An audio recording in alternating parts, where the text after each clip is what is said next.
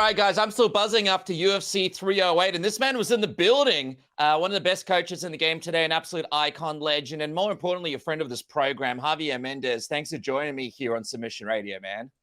Yeah, thanks for having me. I know that you just woke up, so I appreciate you taking some time with me. It really shows the relationship that we have here over the years. I got to get right into it. Last night was a pretty epic event. How are you feeling in the aftermath of what you saw at UFC 308? What stood out to you? For me, it was a extremely entertaining fight night.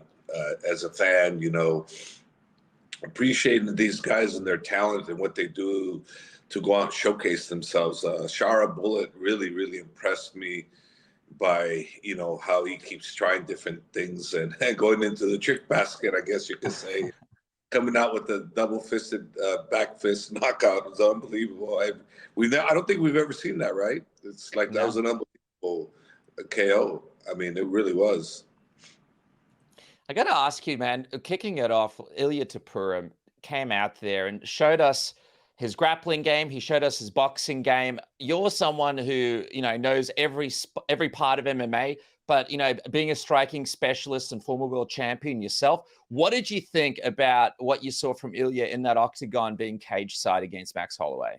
Well, what I saw from him was that he's a complete MMA fighter. He can take you down. He has a good IQ. I mean, when he took Max down with ease in the first round, I said, that's the way you fight MMA. And he has a very strong stand-up game.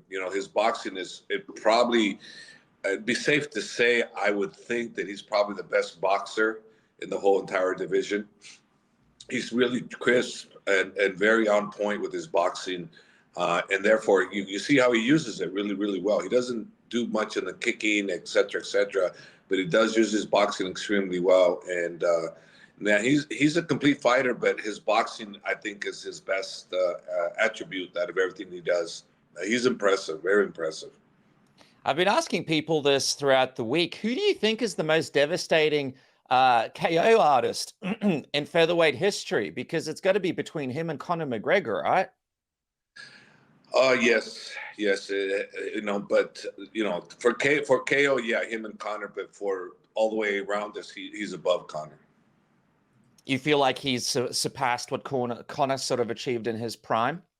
As far as achievements, as far as talent for talent, yeah, I feel he's more of a complete package. So yes. The interesting, by the way, before we move off it, what did you think of Max's resilience? He tried to get back in the fight. He tried to use his distance. He tried to use kicks to catch Topuria as he was coming in. But the thing about Topuria, right, is that movement, like most people don't realize, boxing doesn't always translate into MMA. You have to be extremely good to use it.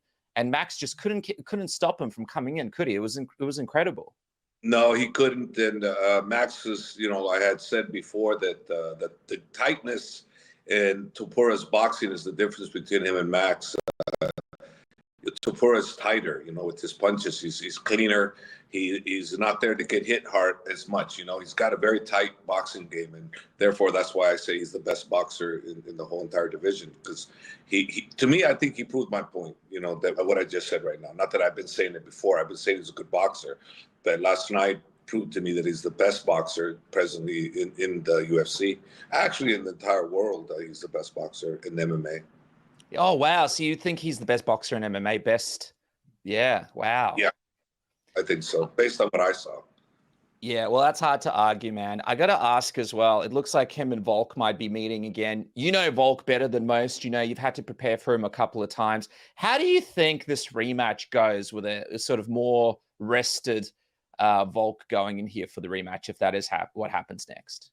If that's what happens next, it's, again, that's if that happens. So it'll go really well because Volk is taking time off. He decided to think about himself instead of being the fighter in himself. He used his head and said, okay, that's 2 KOs back to back. That's not good for me and my longevity in this career that I'm having, because he doesn't have that much left, as far as years in it. I mean, what is it, 36?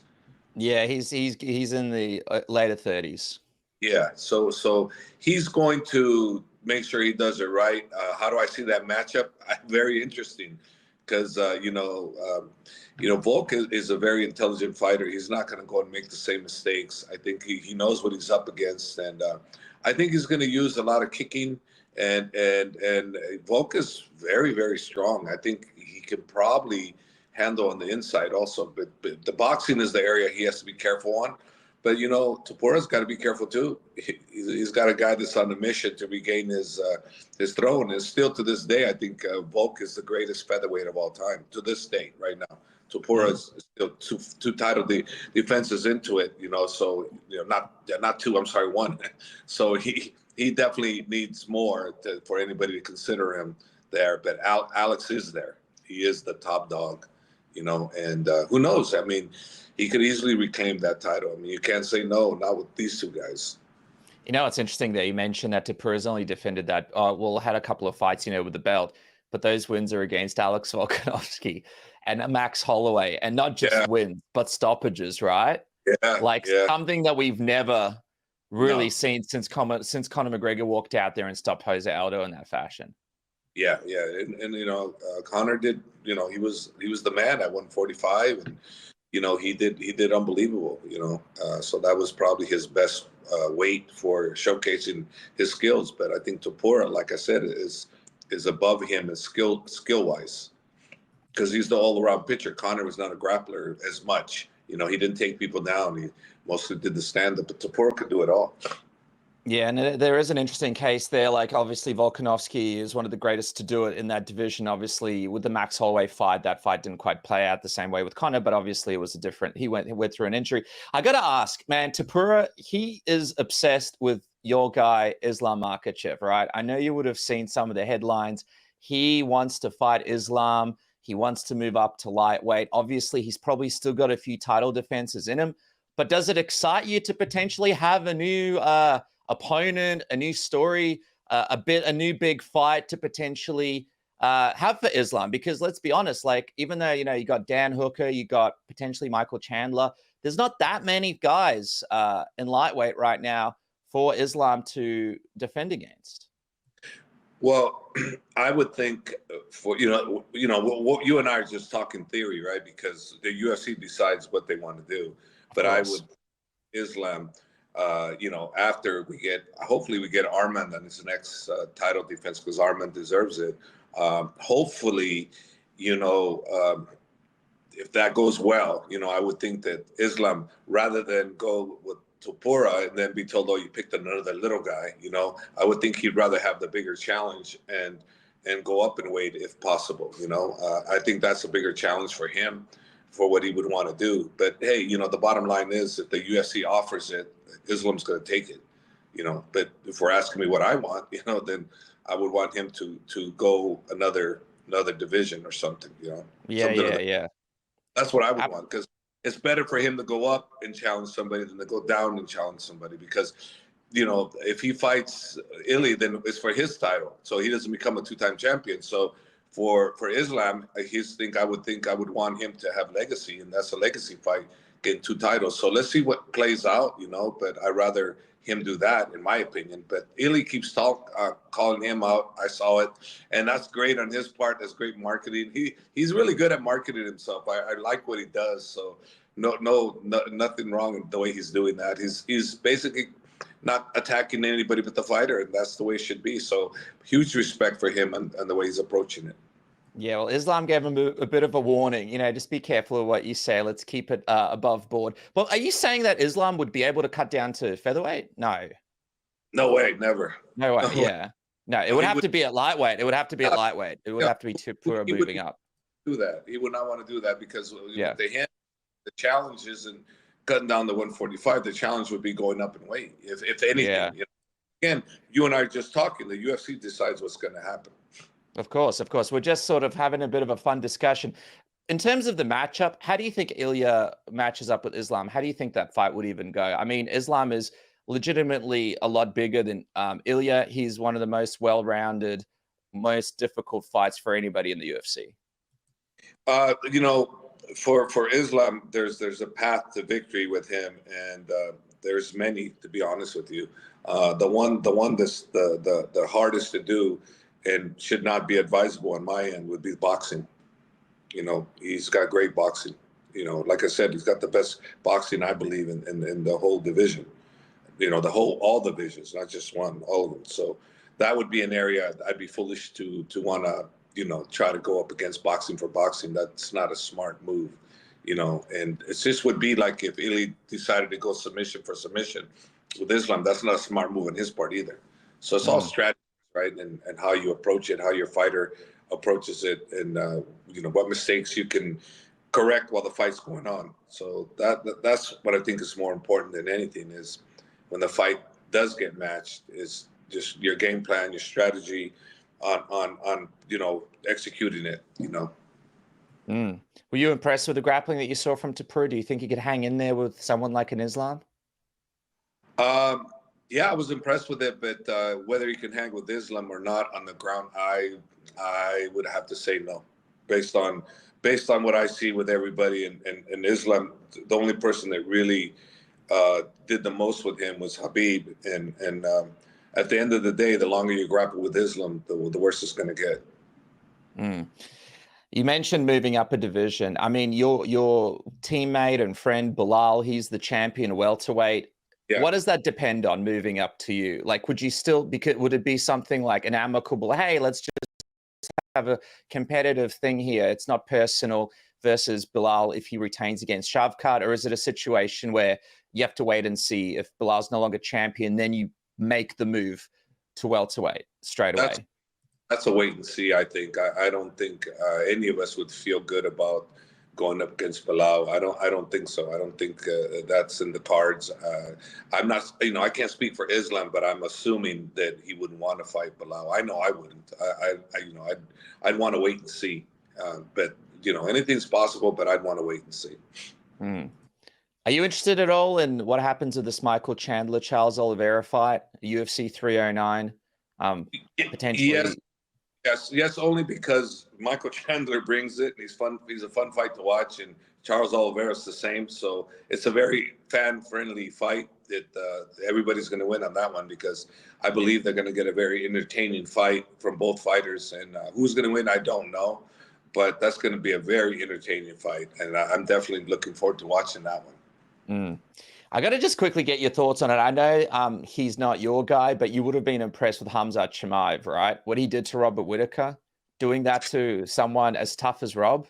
It's unbelievable. Yeah, that was incredible. I mean, Rob was defending well, and I thought that was going to happen, that Chimaev was going to take him down and see how well Robert was able to defend. He was defending well, and then when he put the choke, it wasn't in the choke, it was above. And I'm like thinking, wait a minute, he tapped too quick. Wait, that wasn't a legit choke. What the hell's going on? Maybe something went wrong. And then of course I hear the jaw was broken. I go, now I knew there had to be something, because Robert's a warrior, man. He's a warrior. And it just proves that, you know, Khamzat is basically, like I've always thought, the real deal. And, you know, he's the guy that I see beating a lot of people, even in light heavyweight. I really do believe in him that much. Yeah, wow. So you think, well, I mean, Alex Pereira was in middleweight. So yeah, you believe that would be a fun one, potentially a Khamzat Alex fight down the track, 205. In the 185 and the light heavyweight division is a fun fight, and I'll tell you why. Because if they're not good enough, Khamzat's going to dispose of them right away. He's not going to, you know, he won't play with his food. That guy's unbelievable. He just eats quick, you know. It's done, it's done. And the one thing about this one, I noticed he was a lot more relaxed than he's ever been. So that impressed me about him.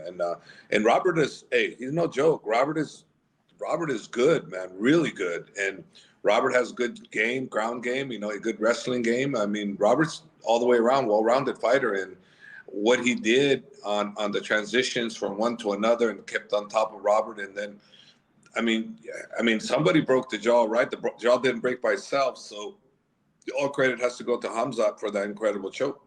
Yeah, apparently he's got to get it all wired up, and oh man, it's really bad. Like it's really bad. So I hope we see Rob fight again, because he's a great guy and someone who I still think has a lot of great fights left in him. I agree. I agree. He is a great guy. He's very humble. He is who he is. What you see is what you get with him. And, you have nothing but respect for someone like him. He's a true warrior. And, he was a great champion. And who knows? You never know. And you can't say he can never win it again, because he was doing well. He was definitely getting dominated, but he wasn't finished on the ground until that choke came. He was transitioning really well, and Khamzat, of course, was more so on it. But still, it was a very entertaining fight. It wasn't like Robert didn't know what he was doing on the ground. He knew exactly what he was doing, and just it's hard to keep a beast like Khamzat off of you. Yeah, he reminds me, Rob is like someone from your camp, right? Always fighting the hardest fights out there. That's what I loved about him. Even before he was champion, he was fighting contenders. I got to ask though, man, Umar Nurmagomedov, what happened with this whole situation? We had Umar on the show. I had Umar on the show. He told me all about the fact that Merab wasn't giving you guys any dates outside of basically Ramadan. And now I keep seeing these things pop up about potentially, Sean O'Malley, Merab too. What will your reaction be if it ends up being Merab, Sean O'Malley too, instead of this Umar title shot that, most fans feel is deserved?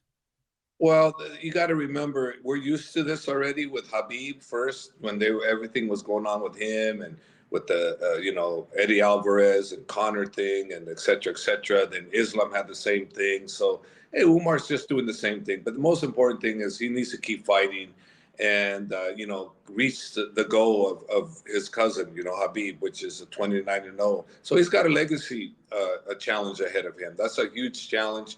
So I wouldn't be pretty worried about who will fight him for the title or not. It's like, hey, if the UFC offers it and it works, it works. If not, just get him a fight. He wants a fight. Top guy, not top guy. Umar has never complained about who he's going to fight. Just get him fights. He wants a fight. So, he's not going to chase anybody. The UFC will do the chasing for him. He just has to keep winning. I know you mentioned to me last time, you respect Merab, and it's not like he's trying to duck Umar, but is it starting to get a little bit ridiculous, this him not really willing or being very interested at all in fighting Umar? Like, is it starting to getting to the point where it's getting frustrating? For me, no. I mean, it's the fight game, and I don't know what's going on with Merab. I think he's a good guy. I think he's a great fighter, and let's see, what goes on, because you and I can start throwing opinions, and before you know it, we're wrong.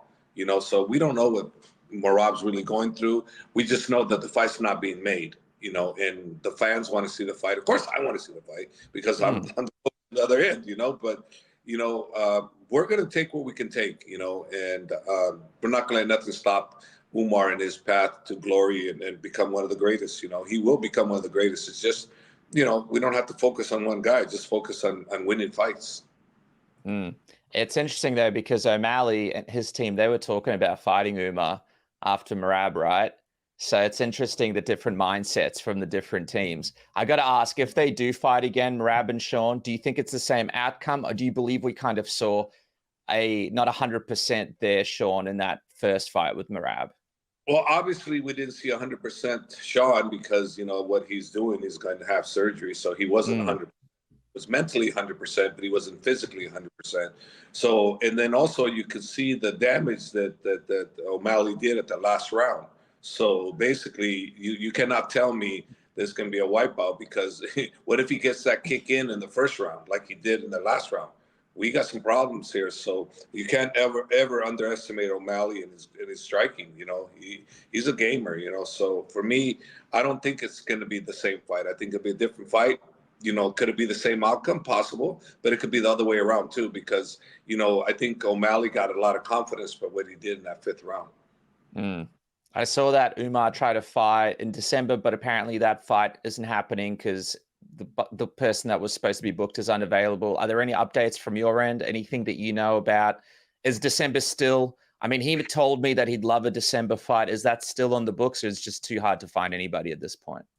It's hard to say, but I would think at this point it's probably not. But it's like, until the UFC announces the next matchup, you and I could, Umar could tell you he's fighting this guy, and the other opposing camp to say we're fighting him.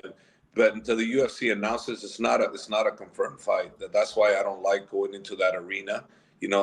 So for me, it's like let the UFC announce it, and then we can go from there. But I don't see anything confirmed. And I was asked regarding the December 14th, and I said, it wasn't confirmed. I go until the UFC confirms it. The other side, that's not. So apparently, it was never confirmed. So there's no fight. But people announced it, which is not. It's good and it's bad. It's good because it gives you publicity. It's bad because it's fake news.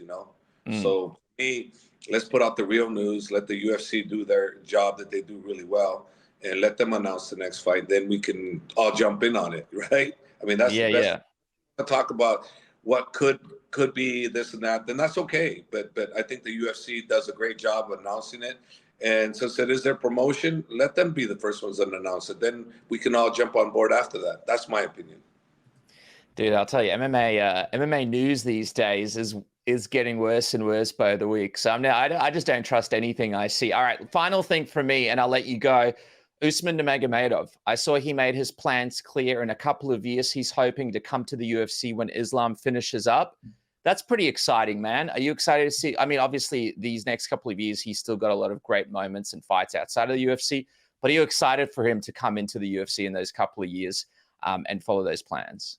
Let's see. I mean, I'm excited to see him fight always because he's always getting better. The last fight against Alex Shelby, he was so incredibly good that I just see nothing but this kid, in my opinion, is going to be considered pound for pound great at some point in his early career. He's still 26, so we got a lot of years with Usman at the top. Trust me, and he's only getting better as long as his mind stays strong. People are going to be talking about him for a long time. This kid's special. I told it to many people way before when I first trained him. He's the most talented one I've ever trained. And if you watch his fights, then you can say, I'm not wrong. I'm not wrong. He's the most talented I've ever trained. Is he the best yet? No, but he's the most talented. And when you're the most talented and you have the mindset that he's getting from Habib and all the team over there with Magomed and all the great coaching he has with me too, it's going to get stronger. It's going to get stronger, and his resume is going to get stronger. And he's 26, so he's a 26-year-old guy that's body's growing. So as he gets closer to the 30 mark, watch out because he's going to be stronger than ever. Man, best guy I've ever trained. That's insane. And listen, people could think about some of the people you've trained: Cain Velasquez, Luke Rockhold, Khabib, all these great names. So I can't wait to see what happens with him next. Guys, make sure to follow Javier Mendez right now on social media to follow all of his adventures and all of his upcoming fights with all his fighters at AK Jav. Javier, I really appreciate you fitting me in this morning. I know how tired you are, but we love hearing from you, man. So I'm going to take it when I can get it. Thanks so much for joining me on Submission Radio. All right. Bye.